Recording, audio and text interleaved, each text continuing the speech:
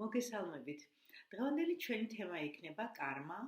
დღეს დავიწყებ ამ თემაზე საუბარს, გავაკეთებ განმარტებას, მაგრამ აუცილებლად განვავრცელოთ ამ თემას, იმიტომ რომ ერთი შეხვედრით, ერთ ხელსაუბრით ეს თემა არ ამოიწურება, თუმცა ძალიან ბევრი შეგვიძლია ვისაუბროთ, მაგრამ რამოდენიმე ძირითადი მონახაზი მინდა გავაკეთო. თქვენ ყველამ კარგად იცით, რომ კარვის მთავარი განმარტება ეს არის ჩვენებურ ენაზე, რომ ვთქვათ, ძალიან მარტივად რომ ვთქვათ, მაგრამ ბუკვალურად ესე არის, რასაც დათესავ, იმას მოიმკენ. მაგრამ მოდით უფრო ცლად ვისაუბროთ ამაზე და ავხსნათ. კარმა არის ბუნების კანონი, რომელიც არის ყველგან, რომელიც არის ყველგან შეღმწევი, ყველგან მყოფი და ასევე არის ყველასთვის. სხვადასხვა მიდგომებში, სხვადასხვა ფილოსოფიური მიდგომებით, სხვადასხვაგვარად განმარტავენ ამას, მაგრამ დასავლეთში მოიხსენიებენ როგორც მიზეზ-შედეგობრივ კანონს. ასევე მას უწოდებენ როგორც მოქმედების და უკუქმედების კანონსაც და აქ მთავარი ის არის, რომ კარმა აქ არის ორმაგი ეფექტი. ეს არ არის მხოლოდ შედეგი. ანუ კარმა არის როგორც შედეგი, რა თქმა უნდა, რადგან მას აქვს თავისი მიზეზი. მაგრამ ასევე არის მიზეზი, იმიტომ რომ ამ მიზეზით ხდება უკვე გამოიწვევს ეს უკვე ახალ შედეგს. არსებობს ასეთი თეოსოფიური საზოგადოების პრეზიდენტიც იყო ეს ადამიანი 1900-იან წლებში, ადამიანის უფლებათა დამცველი, რომელიც ინდოეთში ცხოვრობდა, შემდეგ გარკვეული წლების მანძილზე ინგლისშიც იცხოვრა, ეს გახლავთ ანი ბეზანტი. ერთი სიტყვით ეს ადამიანი იყო სულიერი მაძიებელი და ამას აქვს გაკეთებული ესეთი შედარება.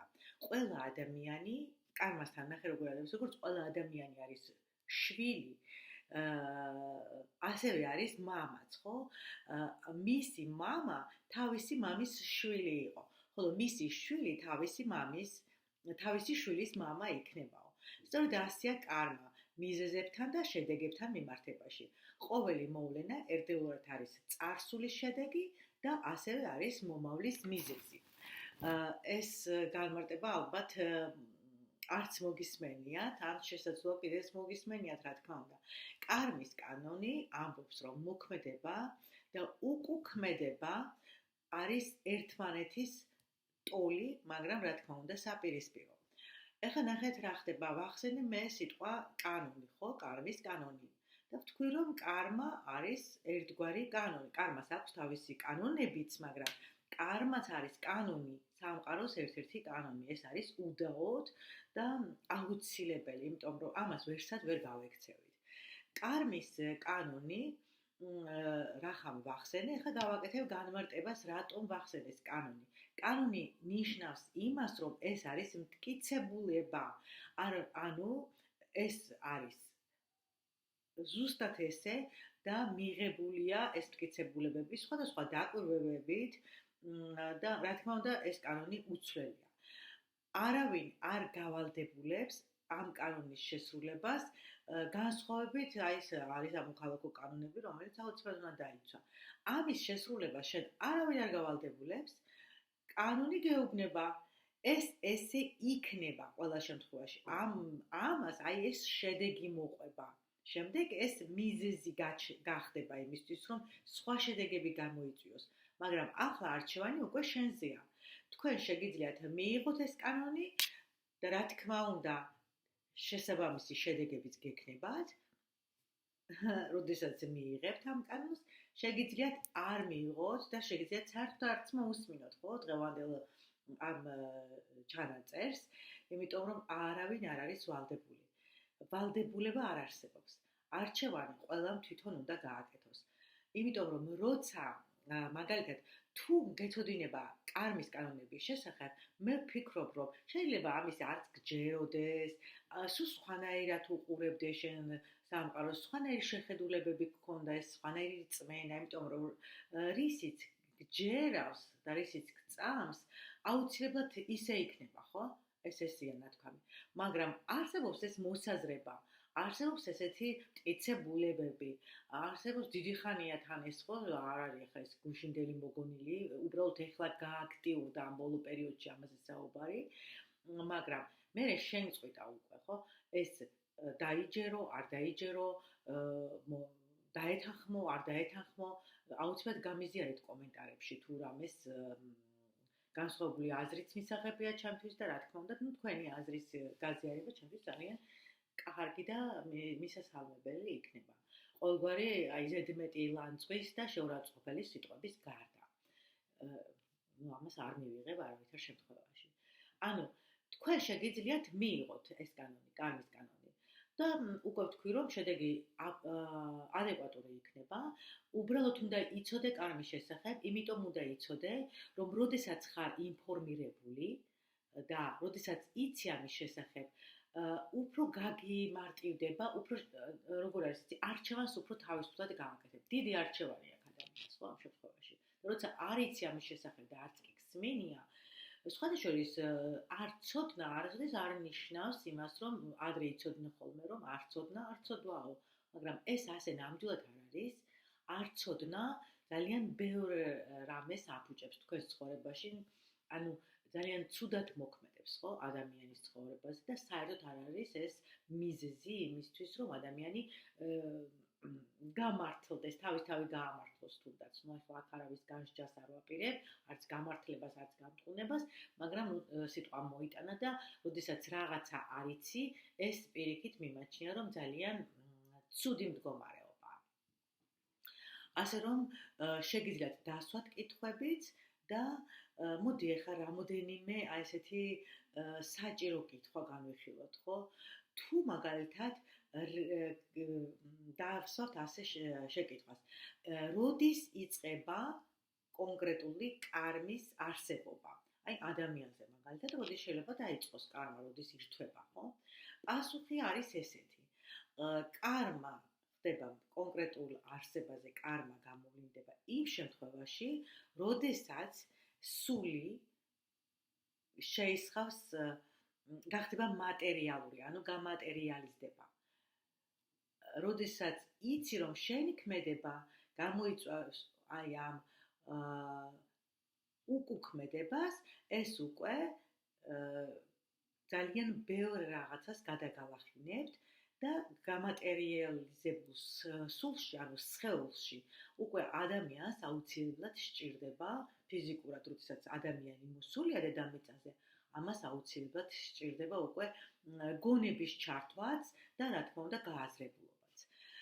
ეხლა ასეთი შეკითხვაა, როდესაც ადამიანს მაგალითად არ აქვს ცუდი განზრახვა, ძალიან კეთილია ეს ადამიანი, არაფერს ისეც არ აშავებს, მაგრამ ნახეთ, მოქმედებს ისე, რომ ჩადის შეცდომას, რა ხდება ამ დროს, ანუ რას გულისხმობ ახლა. ამას ავხსნი აუცილებლად, რას ნიშნავს ცუდი განზრახვა არ აქვს და შეცდომას უშვებს. ანუ ესეთი რამე ძალიან ხშირად ხდება ჩვენს ცხოვრებაში, იმიტომ რომ ადამიანს შეიძლება დასჭირდეს მაგალითად ტყუილის თქმა.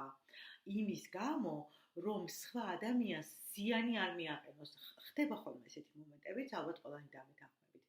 მაგრამ ნახეთ რა ხდება კარმული თვალსაზრისით, ეს არასწორია. ანუ კარმა ძირითადად მუშაობს არა მხოლოდ ფიზიკურ სხეულზე, ჩვენს ფიზიკურ სხეულზე, სადაც ახლა ვართ და როგორც ვიმყოფებით ამ მდგომარეობაც გვაქვს ახლა, არამედ ყველა ნატიფ სხეულზე მუშაობს. სამი სიფრთხე. ეს არის ფიზიკური, ასტრალური და მენტალური სიფრთხეებში ხორციელდება ეს კარმული ქმედებები. ანუ შესაბამისად უკუქმედებებიც ამ სამ სიფრთხეში განხორციელდება. ანუ ნახეთ ეს სამი სიფრთხე ხო ჩამოვთვალე, ფიზიკური, ასტრალური და მენტალური. ყველას აქვს თავისი შესაბამისი პირობა. მაგალითად, მენტალურ სივრცეში, როდესაც კარმა როგორ მუშაობს, ეს ადამიანის ხასიათზე აისახება. ანუ ყალიბდება ადამიანის ხასიათი მენტალში. ასტრალურ სივრცეში მაგალითად კარმას ეძლევა ადამიანს სურვილების გამომჟღავნების საშუალება. ანუ თავისი სურვილების შესრულება ხდება ხო ამ ასტრალურ სივრცეში. მაგრამ როდესაც ხდება მცდარი ქმედებები, რაც არ უნდა კეთილის რახვით იყოს ან განზრახვით ეს გაკეთებული, როგორც ვახსენე ხა ტყუილის მაგალითზე, აუცილებლად ექნება აუცილებლად როგორ იცით ამას არ უყურებს ხო ეს სივრცე ასტრალურ სივრცეში ეს არ არსებობს ახლა ის იქ კარგია ცუდია როგორია განზრახვა არ არსებობს ანუ აკეთებ იმას და იღებ მიზეზი არ არის ანუ რაღაცას აკეთებ ანუ შენ ხასიათს გამოავლენ თუ რაც იქნება როგორ მოქმედებ აი უკვე შედეგს იღებ იმის შესაბამის. ანუ როგორც ვახსენე ხო, არის მიზეზი, არის შედეგი. აი აქ უკვე არ კითხულობს ის, რატომ მოხდა, რატომ დაგჭირდა ეს ტყუილის თქმა, ან რატომ გააკეთე ეს, არ ვიცოდი, ან ვიცოდი და შეგნებულად გავაკეთე რომ სხვისთვის არ მეტკინა. აი აქ უკვე არანაირი განსხვავება არ აქვს, შენ რა განზრახვით გააკეთე. აქ არის პასუხი შესაბამისი. შესაბამისი, ანუ რაც მოიტყვე ეს არ არის კარგი, ხო? ტყუილი ზოგადად არ არის კარგი. და მოიმკი იმას, რაც დათესე. მაგრამ არავითარ შემთხვევაში კარმა არ არის ან დასჯა, ან დაჯილდოვება. აქ არ ხდება ესეთი რაღაცეები. ნახეთ როგორ არის, არავინ არ გსჯის ამის გამო. უბრალოდ ეს არის სამყაროს კანონი, ჩვეულებრივად სამყაროს კანონი. ანუ თქვენ რომ რამე აიღოთ ნივთი და ძირს დააგდოთ, ხო? აუცილებლად გაუშვათ ხელი უпростоრად. ნივთი რო აიღოთ და გაუშვა ხელი. ის ხო აუცილებლად ძირს დავარდება. აუცილებლად დავარდება. ამას ახსნა არ აქვს. ანუ ეს არის ერთ-ერთი კანონი. და ასევე არის კარმაც. ანუ მოიტყვე, შენ ამისთვის შესაბამის რეაქციას ამაზე მიიღებ აუცილებლად და აგებ პასუხს. ეხლა ნახეთ, ასევე ფიზიკურ სხეულშიც შესაბამის პასუხს მიიღებ. და რატო ეხლა? კარგი განზრახვა გვაქვს, ცუდი. მაგალითად მოვიტყვეთ, დაგვჭირდა, ვიღაცა არის ძალიან ალბათ ოჯახის წევრი და ჩვენ მას დაუმალეთ, რომ ამას აქვს ესეთი დაავადება. ან ვიღაცა, არ ვიცი, რაღაცა ესეთი მოხდა. შენ ამ დროს ტყუილის გამო ადამიანში კარგავ ნდობას, რაც არ უნდა მართლა ის იყოს, რა ქვია, საჭირო იყოს ეს ტყუილი, მაინც ნდობა იკარგება. ანუ შენ შეგიძლია მოატყო ამ ადამიანს. არ აქვს მნიშვნელობა რა შემთხვევაში. კარგია ეხლა, კი ბატონო, ეხლა შენ ეს იმიტომ არ გაგიკეთებია, მაგრამ ეს მოატყო და შენ შესაბამის რეაქციას იღებ აქვე ფიზიკურ სხეულშიც, ხო? ანუ ეს გავიგეთ სამივე დონეზე აქვს შესაბამისი რეაქცია. კიდე რა მინდოდა რომ მეთქვა? ესე იგი, ეხლა ნახეთ რა ხდება. ძალიან, ხო, კარმა არ არის ის მხოლოდ რაც ამ ცხოვრებაში მოხდა. ამ ცხოვრებაში მოხდა. იმიტომ რომ თქვენ კარგად იცით, არსებობს წინა ცხოვრებები. და წინა ცხოვრებებში შექმნილი მდგომარეობა აუცილებლად ქმედებები, უпростоრად აუცილებლად აისახება აი ამ ცხოვრებაში, როგორ რას გააკეთებს ადამიანი. და ეხლა ამას აგიხსნით კარგად. კარმის შემზღუდველი მოქმედება ადამიანმა შექმნა წარსულში და ნახეთ რა ხდება აქ ჩართულია სამი ესე იგი აზროვნება აზრი რაც მოგივლა თავში ჩართულია სურვილი და ასევე ჩართულია ქმედება ჩვენივე აზრებით შესაბამისად აზრის შესაბამისად სურვილებით და უკვე ქმედებებით მერე რაც შევქმენით იმ წარსულ ცხოვრებაში ანუ წინა ცხოვრებაში ჩვენ შემდეგ უკვე სული მოდის იგივე ცნობიერებით და ამ აწმყოში თუნდაც ახლა ამ ცხოვრებაში ხო უფრო ახალგაზრდა ასაკში რაც იფიქრე რა აზრიც მოვიდა შემდეგ რა სურვილიც გქონდა და ეს სურვილი როგორც მოიყვანე მოქმედებაში რა ქმედებებით ჩაიდინე დღეს იმას იმკი ანუ მივხვდით ხო ესე თქმა მინდა არსებობს ესეთი გამოთქმა ასეთი მოსაზრება კი არა და ფაქტი რომ აზრი ქმნის ხასიათს ანუ როგორც აზროვნებ ისეთი ხასიათი გექმნება ისეთ ემოციურ მდგომარეობაში იმყოფები მაგალითად, წინა ცხოვრებაში რა აზრებიც გქონდა და როგორც ვთქვი, ის ხასიათი ჩამოგიყალიბდა ამ სიცოცხლეში, ანუ ამ ცხოვრებაში, ჩვენთან ერთად დაიბადნენ ის აზრები და ის ხასიათის თვისებები, ის უნარები, რომლებიც რაც ეხლა შენ იყენებ. მაგრამ ეხლა შეიძლება კარგით, მანამდე ვიტყვი, რომ არსებობს აი ესეთი ცნობილი ფრაზა, რასაც ადამიანი ფიქრობს, იმად იქცევა, იმად ჩამოყალიბდება. აი სწორედ ეს არის ჩვენი კარმა. მაგრამ ნახეთ რა ხდება. ჩვენ გვაქვს ჩვენი თავისუფალი ნება. და ჩვენ არ უნდა დაგვავიწყდეს ეს ახლა მე არავინ არ უარყოფს იმას, რომ ჩვენ მოვედით აქ თავისუფალი ნებით. რა თქმა უნდა ეს ასია. ამიტომ არის რომ ჩვენ შეგვიძლია ამ უნარების, რაც გამოცდილებაში იყო, რაც ჩვენში იყო, ამ უნარების ეს ჩვევების სხვა ჩვევებში გადაყვანა. ანუ შეგვიძლია ისინი გავაბათილოთ, გავაუქმოთ, რომ მიტყვიან, რაღაცნაირად გადავაპროგრამოთ და ეხლა ჩამოვიყალიბოთ ახალი ჩვევები და ახალი უნარები. ცხოვრების ახალი წესები, რა თქმა უნდა. მაშინ აი ეს რესურსი, ასეთ შემთხვევაში, რაც წინა ცხოვრებაში ვერ გამოვიყენეთ, თუ აი მაგალითად ეხლა ცუდი უნარები გვაქვს, ცუდი ჩვევა გვაქვს, აი 1000-ნაირი ცუდი ჩვევა არსებობს, ხო? ეხლა პირობითად ამ შემთხვევაში ცუდს და კარგსაც არ გამოიყენებენ, მაგრამ ნუ დავარქვათ ეხლა ცუდი ჩვევები, ხო? და ცუდი თვისებები. აი იმას თუ ადამიანი წაშლის, ანუ გადააპროგრამებს და ახალ ჩვევებს და უნარებს გამოიმუშავებს, მაშინ ის რესურსი, რომელიც იყო წინა ცხოვრებაში და ეხლა არ ჩანს, ხო? არ ჩანს, ნუ რაღაც ცუდზეა აქცენტი გაკეთებული, მაშინ იმას აუცილებლად გამოიყენებს ადამიანი, იმიტომ რომ ის სუფთა უკვე ნახე წაშლილი ის უნარი ჩვევა არ მომწონს, მაგალითად დამოკიდებულება ალკოგოლზე, ან რა ვიცი, ვნება ისეთი ნება ცუდი არ არის, მაგრამ აი აღვირახსნილობა არის ესეთი რაღაცები, ხო, რაც მაგალითად არ მოგწონს. აი ეს ყველაფერი შეიძლება აღვირახსნილ ვნებაზე ვლაპარაკო, ხო, ვნება ისე ცალკე აღებული, ამაში არაფერი ცუდი არ არის. მაგრამ თუ მაგალითად ეს ყველაფერი ჩავანაცვლეთ, აუცილებლად ის რესურსი წამოვა და ჩვენ დაგვეხმარება პირიქით, ხო, იმ კარგი უნარების შეძენაში, კარგი ჩვევების შეძენაში.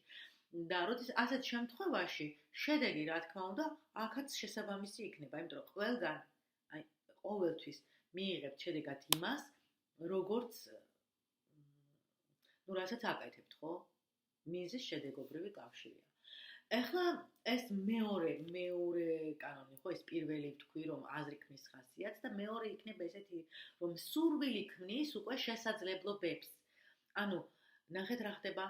შეიძლება ადამიანი იყოს ძალიან გონიერი, ძალიან ჭკვიანი, ბევრი რამე იცოდეს, ბევრი შეეძლოს, მაგრამ ნახეთ, ამ ყველაფრის რეალიზაცია ვერ მოახდინოს, ანუ ვერ გამოიტანოს გარეთ.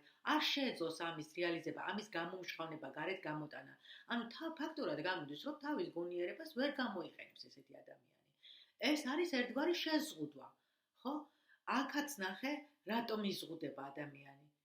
ნუ ისევ დაუბრუნდეთ იმ წინა გამოცდილებებს, იმიტომ რომ იქ იყო რაღაცა ისეთი, რომელიც ნუ უკვე ამ ცხოვრებაში არ აძლევს ამის გამოვლინების საშუალებას. ანუ ეს არის ჩაკეტილი, ხო, ეს მხარე. თუ მაგალითად ჩვენ ამ ჩვევებს ჩავანაცვლებთ, კიდევ ერთხელ ვიმეორებთ, კარმა გააბათილებს აი ასეთ შეზღუდვას და იმ შემთხვევაში თუ ეს ადამიანი უფრო მეტ ძალისხმევას ჩაადებს, ანუ ძლიერი სურვილი გაუჩნდება, ძლიერი სურვილი ექნება იმის, რომ გამოიმუშაოს ესა თუ ის კარგი უნარი და გამოამშრალოს, მაშინ ეს გონება, ეს გონიერება აუცილებლად გამოამშრალებს ამასაც. ანუ იქაც გაჩნდება რესურსი.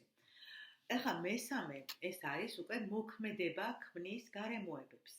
ანუ როდესაც ეს მე მგონი ძალიან გასაგებია, ხო? როდესაც რა მოქმედებასაც ჩადიხარ, ზუსტად ის იქნება უკვე ის სიტუაცია იქნება. უნარ-ჩვევების შესაცვლელად ასევე არსებობს ძალიან ბევრი სავარჯიშო, ძალიან ბევრი ტექნიკა, მაგრამ ნახეთ რა ხდება, სანამ ამ ინსტრუმენტებს აი ამ იმას გამოიყენებს ადამიანი უკვე როგორ ჩაანაცვლოს ერთი უნარი მეორეთი თათაოდ შეიძლება ამ ყველაფრის დამუშავება შეცვლა ყველაფერი მანამდე ყველაზე მნიშვნელოვანი დასაწყისში მე ვახსენე რომ უნდა ვიცოდეთ რა არის კარმა და ამის შესახებ უნდა გქონდეს ინფორმაცია თუ ჩვენ ეს არ გვეცოდინება და ამ კანონის შესახებ არ გვეცოდინება უბრალოდ ვერ გავაკეთებთ იმას რომ შევცვალოთ, ანუ საჭიროებას არ მივიჩნევთ, რომ რაღაცები შევცვალოთ. ნუ ადამიანები ძალიან ხშირად არიან ხოლმე ისე, რომ არა, აი მე მაინც არ გამომივა, მაინც ესე ვარ, მე ესეთი ბედი მაქვს, მე ესეთი ის მაქვს და ეს აი აბსოლუტურად განსხვავებული თემაა ბედი და კარმა. და დიდი იმედი მაქვს ამის შემდგომ უკვე ბედზეც ვისაუბრებ და ნახავთ თქვენ დაინახავთ განსხვავებას ამ ორ მდგომარეობას შორის. ბედი არის სხვა და კარმა აბსოლუტურად სხვა არის. ანუ ჩვევა, როდესაც არის შესაძლებელი, სანამ გადავალთ უშუალოდ მუშაობაზე, პირველი ნაბიჯი არის ის, რომ ჩვენ ეს უნდა გავაცნობიეროთ, რომ ჩვენ გვაქვს ესა თუ ის ჩვევა, ესა თუ ის, არ ვიცი, ხასიათის თვისება შესაძლებელი, ხო? თუ და თან უნდა ვიცოდეთ, რომ დავარქვა თავის სახელი, რომ ეს არის შემსუდველი. ეს ჩვენ არ გვადგება ცხოვრებაში და პირიქით პრობლემებსაც კი გვიქმნის. ხო, აი ამის შემდეგ უკვე ჩაერთვება მიმღებლობა. ანუ ეს რას ნიშნავს? მე კი არ იმავშები, არ განვიკითხავ ამ ყველაფერს, არ განვიცდი და უარესად აი უკვე მაშინ კი არ გადავარდები, რომ მე აი ამითი ჩემი თავი განკითხო, ან ვინმე განკითხო, ან არ ვიცი ვიღაცას დავაბრალო. არა, აქ უნდა იყოს მიმღებლობას განვითარებული, რომ კი მე მივიღე ეს ფაქტი და ამის შემდეგ ხდება უკვე მუშაობა. მუშაობა ძალიან კარგია ასეთი ვიზუალიზაციის ტექნიკებით, კარგი არის ასევე აფირმაციები, უნარჩვევების გამომუშავება, ამაზე შეგიძლიათ კიდე მოიძიოთ ინფორმაცია, თუმცა მე ვაპირებ, რომ ეს ჩემი არხი განვავითარო და ძალიან ბევრი ინფორმაცია მოგაწოდოთ ყველა საკითხზე, აბსოლუტურად ყველა საკითხზე და აქ ვისაუბრებ არა მხოლოდ კარმაზე. ნუ ეს უკვე სხვა შეხვედრების თემა იქნება და სხვა ჩანაწერებს გავაკეთებ. ასე რომ აი კიდე რაზე მინდა ახლა გავამახვილო ყურადღება. ხო, და ჩვენ ახლა უნდა აღვნიშნოთ ისიც, რომ აი როდესაც ამას ვამბობთ, რომ სურვილი ქმნის შესაძლებლობებს, ხო?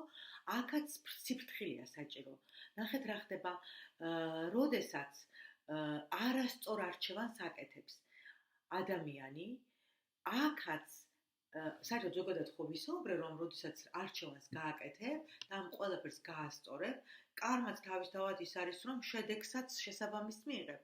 მაგრამ ნახეთ, სურვილი, როდესაც აქვს ადამიანს რამის, ეს სურვილი აუცილებლად უნდა გამოხატოს, აუცილებლად უნდა გაუჟღეროს სამყაროს.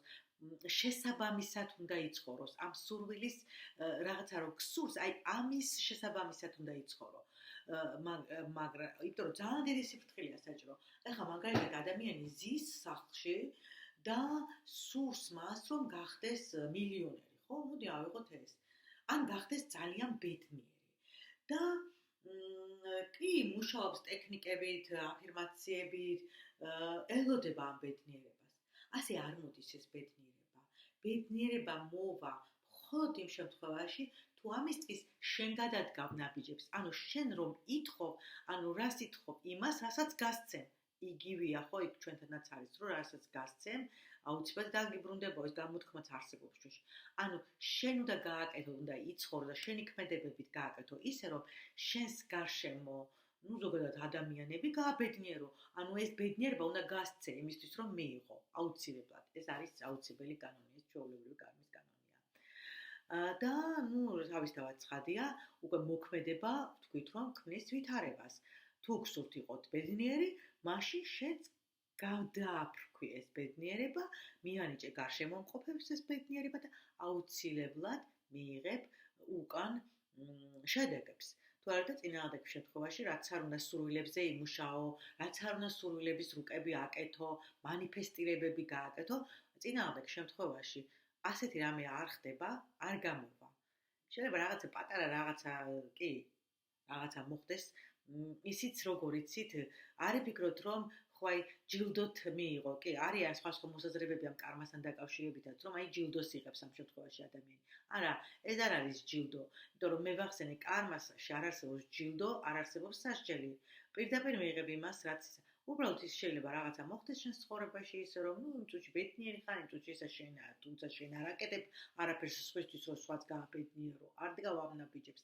მაგრამ ბოლოს აუცილებლად დაბრუნდება ის, რაც ერთი სიტყვით, რაც დათესე.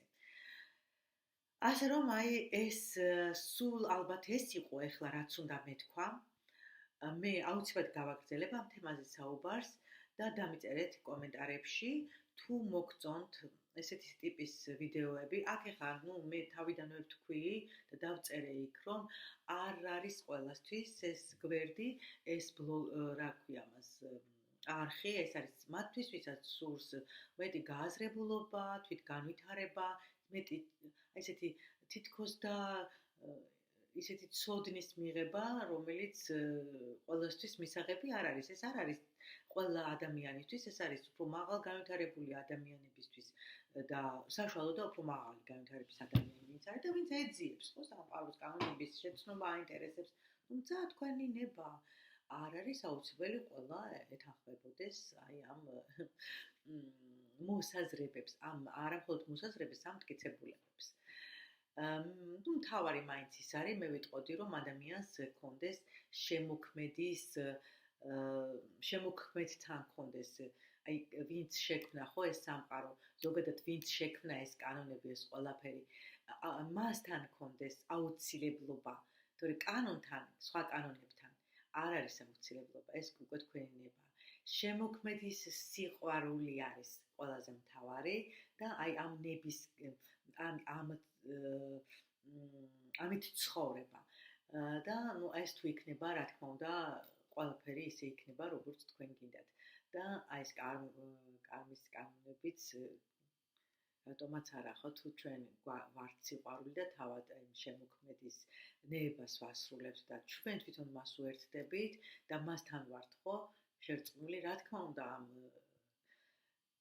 შედეგებით თავისთავად ისეთივე გვექნება.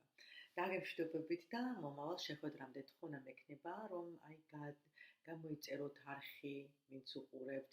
ნუ ეხლა დავიწყე ხო ამ არხის განვითარება, ზუსტად გუშინ ამ დროს დავიწყე ერთი დღეა და ნახოთ შემოგთავაზეთ ვერ საინტერესო თემები.